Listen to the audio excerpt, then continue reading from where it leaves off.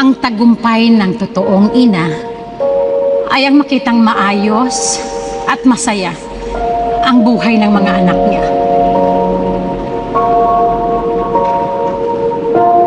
Kaya pag tinitingnan ko silang lahat ngayon, wala akong pinagsisisihan. Oo, katulad niyo rin ako. Naging isang anak bago naging isang ina.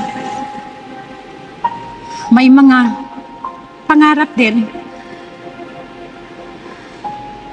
Pero kahit bigyan pa ako ng pagkakataon na magsimula ulit sa umpisa,